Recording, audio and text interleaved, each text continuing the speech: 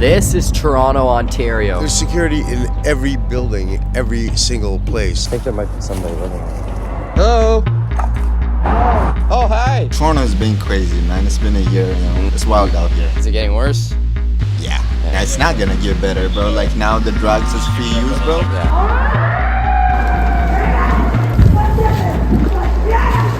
Do you have addictions to attend to with that money? Yes, I do. What would those be? Crack. Is there a lot of that down here? Yes. Big scam. And do you know anything about, Who's coming in?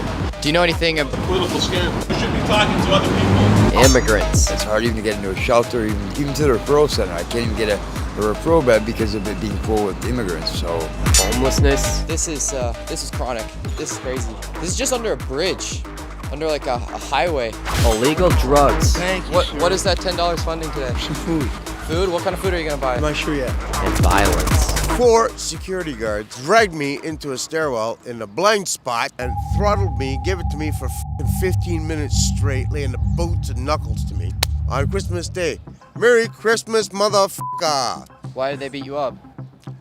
Because I wasn't moving fast enough walking through. Last year, in 2023, Canada's population grew by 1.2 million people in a single year, the fastest rate of growth the country has seen since the baby boom in the 1950s. It's because in 2023 alone, Canada issued 579,000 student visas, allowing people from foreign countries into Canada seeking a better life, education, and opportunity. The colleges accepting them are charging them a pretty penny, up to 10 times the tuition fee of a Canadian citizen, churning out diplomas and generating a lot of cash. Using the word school is not appropriate because a lot of these places are not schools. They're factories. They're immigration factories. But is this country letting more people in than the housing supply can accommodate? During the same year, Canada also welcomed 465,000 immigrants, 493,000 the year before, and other than a small dip during the pandemic, you get the idea, migration to Canada is on the rise. But is mass immigration directly causing the rise in homelessness and cost of living? And is it taking up shelter space from its own citizens that need it? Asylum seekers sleeping on Toronto's sidewalks. Refugees forced to sleep on the streets of Toronto. Sleeping on the sidewalk, one sleeping on a suitcase. Hoping for a place to sleep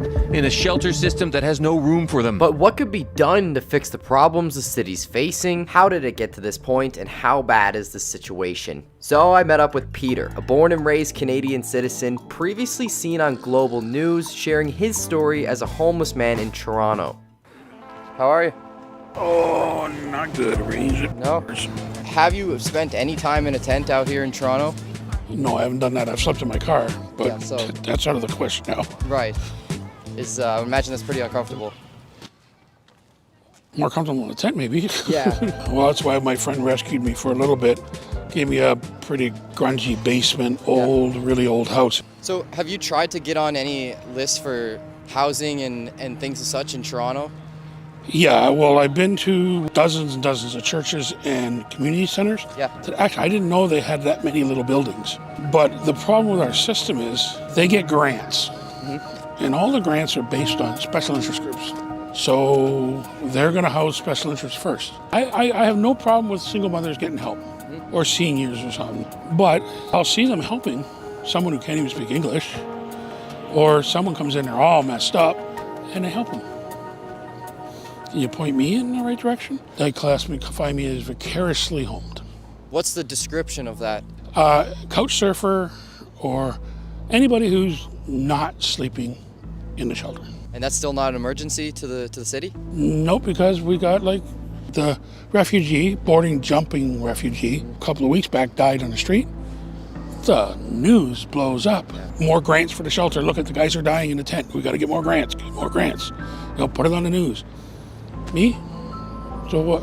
If an old guy dies, an old Canadian guy dies, I did pay for this system. That's why the safety net's supposed to be there. But people who never contributed to the safety net get first in line. Especially the refugees get to jump the head of the line. Why do you think that is? Because they just got here and they need to be housed. And it looks bad on that world stage. We got refugees left on the street, that one who died. Suddenly, it's a big uproar. It's like I was standing on a corner at Queen and Jarvis. Yeah. There's two people in brand spanking new, head to toe, very expensive winter boots, coats, hats, gloves. That phone they had to be a couple $1,000 phone. They had their luggage with them. And what are they standing there asking somebody in the corner? Can you tell us where the refugee center is? So you just got off an airplane, the tags are on that. How are you a refugee if you can afford to fly into Canada, be prepared and dressed for Canada weather? But that person is going to get a placement with me.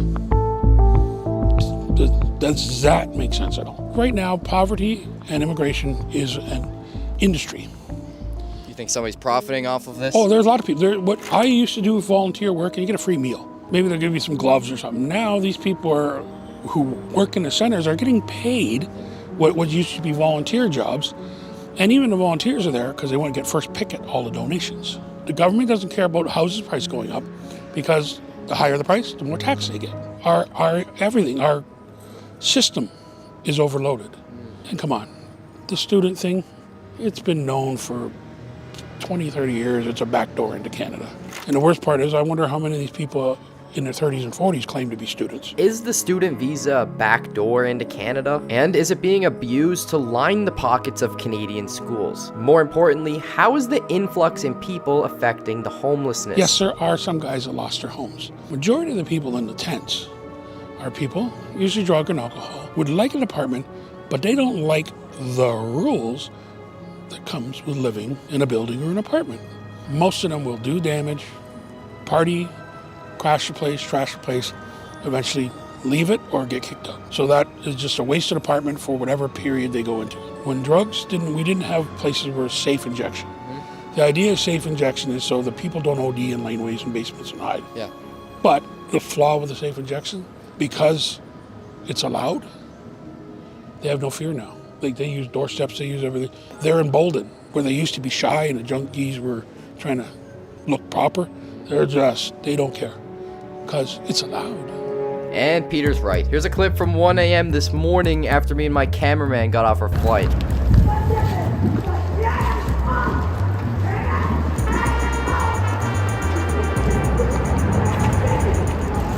Let's go like this. And before I heard more from the people experiencing homelessness, I went to the security, hired on 24/7 to surveil the encampment at the same park me and Peter were standing in earlier. The city is going to be contracting out private security to patrol some public parks to try to prevent more homeless encampments. Can I ask why this park has security hired on? We're having tents here. Yeah, are they... Campments, that's why. Right, but they're homeless people. They're not like criminals or anything, so like why do they hire on security? They're doing drugs and all that stuff, that's why.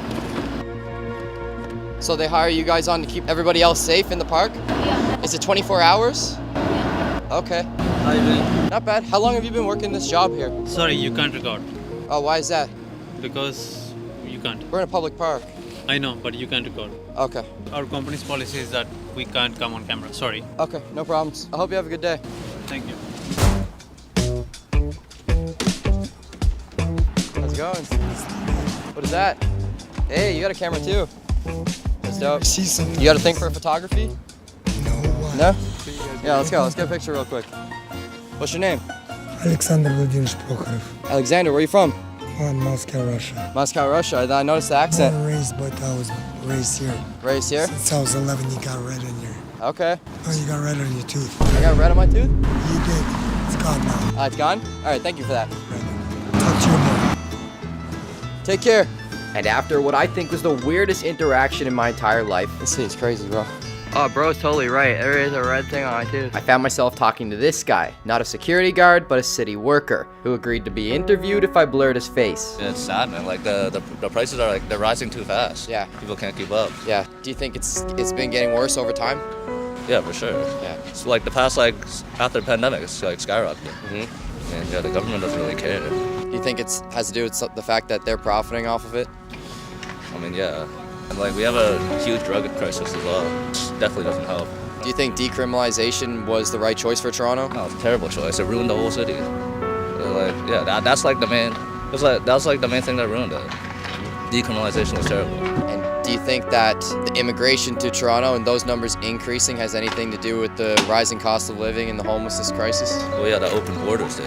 You can't have mass immigration without restricting some of it, because you can't have open borders because people are just hopping over the open borders you're letting, and it skyrockets all the housing crisis, and then you have demand pull inflation, which skyrockets all the grocery prices and everything, and the housing prices. It's because Toronto doesn't really have the capacity to house all of these people, right? But it's not just Toronto, it's like the entire West. Yeah, like America's is the same problem as well. They printed too much money, there's like massive amount of debt. So there's too many people, so like there's no more houses anymore. They gotta take out the malls, make more houses. Because they only make like 200,000 houses a year, and we bring in like 1 million people a year. Like how the heck are we supposed to house people? The math is not mathing. Yeah. How do you think Canada bounces back from this? Honestly, I don't even know. It's such a mess. I have no clue. I think that Trudeau's made a lot of mistakes. I think he's allowing a lot of immigrants in this country with no housing stability, with no housing at hand. And even for myself, for being homeless, it's hard even to get into a shelter, even to the referral center. I can't even get a referral bed because of it being full with immigrants. So, have you used the shelter services in the past? Absolutely. And what are those experiences like? It varies shelter to shelter, depending what shelter you're in. Some are good, some are bad. Every shelter's got its own set of rules. Bad and dangerous sometimes? Some can be, yeah. Depending, you know. Do you keep your circle small out here? I try to, yeah. I keep to myself. Right. Most of the time. So I see you hold the doors for money. I was in the military. I'm a homeless veteran, so I get respect. That's fair. Thank you. But yeah, you know, I do what I do. That being said, you know, I hope things improve, and I hope Trudeau makes some different decisions in the future.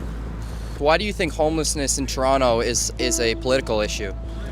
Because it's important to everyone. I mean, people should be with a home, whether they're with a job or not without a job. I think everyone deserves a place to stay that's, you know, that's safe for them and their families or whomever. I mean, it doesn't matter whether you work or not work. I mean, I think everybody deserves a good home or a good, safe place to be in, right? And how long have you been homeless in Toronto? Approximately about 2.5 years. How did you falling into homelessness? How did that look like? Because of my ex, I lived on Weston Road. I had issues with her kids. They didn't like me. She kicked me out. Bottom line, I was working full time before, but now I have some health conditions, so it's kind of prevents you from working full time. So.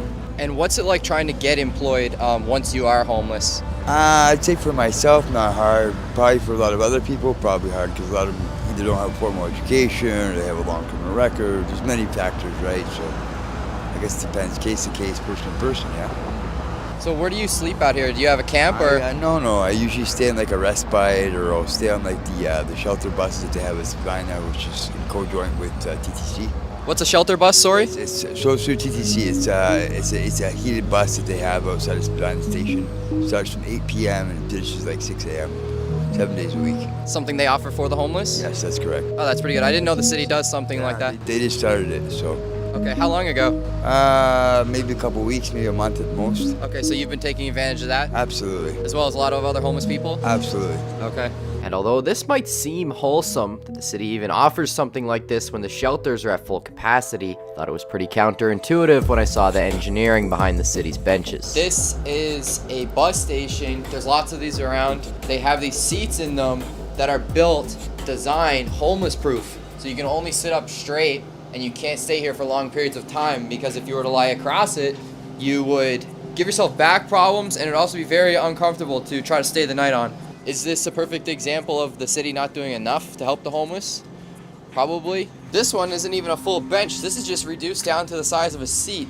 Only good for one person to sit on, maybe two if you're with somebody, but not very comfortable either. And after nearly breaking my spine lying on a city bench, I was approached by this guy who specifically asked me for $10 before my camera started rolling. Are you homeless out here in Toronto? No. No? No. Are you employed? Yeah, no. Not? No. Okay. Well, there you go. Thank you, What is that $10 funding today? Some food. Food? What kind of food are you gonna buy? I'm not sure yet. You're not sure? Yeah. Okay, well, I hope you have a good meal with that and buy yourself something nice. Okay, thank you, sir. No problem. You have a great day. Thank you.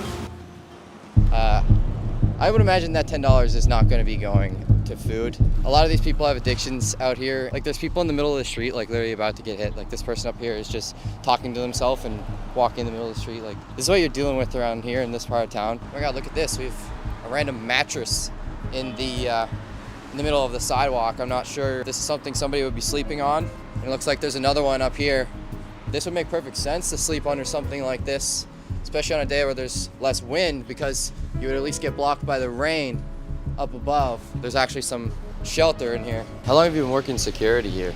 It's been a minute, like here, Yeah. on site, like a year or so. Do you think that the increase in security in these stores and malls in Toronto has anything to do with the homeless crisis? Bro, like the street as well, honestly speaking, you know how it is. Yeah. Like everyone is out, so It's just to keep everybody safe? yeah, man. Yeah. But how it is just even now, like Toronto has been crazy, man. It's been a year, you know. It's wild out here. Is it getting worse? Yeah. It's not gonna get better, bro. Like now the drugs is free use, bro. Yeah. Bro. Yeah. And like the safe injection. Bro, it's up. Yeah. Do you see things from time to time in here as well? Yeah, like we seen show, but still. Yeah. You know.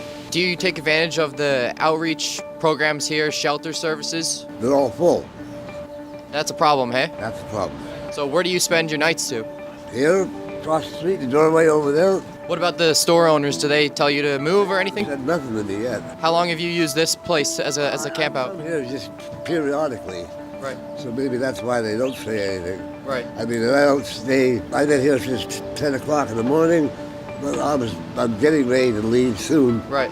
You know, And where will you go? I'll probably go to the subway in Panhandle. Try to make money to get something to eat. Is that how you make your money out here? Yeah.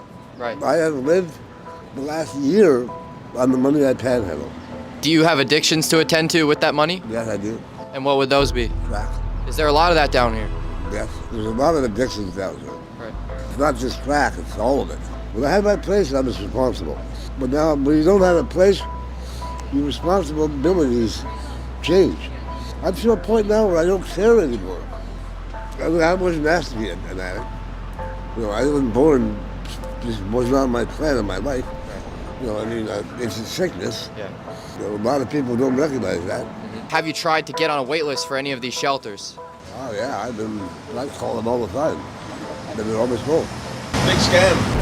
And do you know anything about, do you know anything about... Political scam, right? What's that? What did you say? Do you know anything about, like, foreigners? What's that? Coming here, they're not Canadian citizens, they're in hotels. Would you like to be a part of the video? It's a big political scam. You should be talking to other people. Do you know anything he's talking about? No. I think he's talking about the foreigners that are coming into Toronto and taking up housing space for people like you and other Canadian citizens. Yeah, you go to Pizza, you go to McDonald's, you go to 7-Eleven. It's all people from other countries. The people who work there, you mean? Yeah. I believe Canadians are a minority in their own country. Why are Canadians getting neglected and bringing in other citizens into the country? It's all about money. Is there security in all of these parks? There's security in every building, every single place. Is that for the homeless people to keep them out of the stores? Primarily, yeah. And you know what? Even homeless people have money to spend sometimes. And if you don't even want a homeless person's money, whose money do you want? Have you been kicked out of stores for just being there? Christmas Day. Yep. See that right there? I do. That is 4 security guards in the Eaton Center dragged me into a stairwell in a blind spot and throttled me, gave it to me for fucking 15 minutes straight, laying the boots and knuckles to me on Christmas Day. Merry Christmas, motherfucker! Why did they beat you up? Because I wasn't moving fast enough walking through. I move at my speed. You know what my speed is? It ain't reverse, but it wasn't fast enough for them. And after hearing the little to no remorse that anybody has for these homeless people, I wondered about the people who venture outside of the city just to avoid the chaos of regular life. There's 2 garbage bins here, trash, recyclables. Possibly somebody brings the recyclables to a plant and actually gets money for them. But it looks like there's some storage and stuff where somebody might be living in there. I think there might be somebody living in there. I can smell a fire going. Yeah, right on the beach. Is anybody there? Hello? Is this like a shelter or just like an accumulation of stuff? Hello? Oh, hi. Would you be able to come out and have a conversation with us quickly? Would you like to be in a short interview? Did you say yes? Yes. There was a guy here that is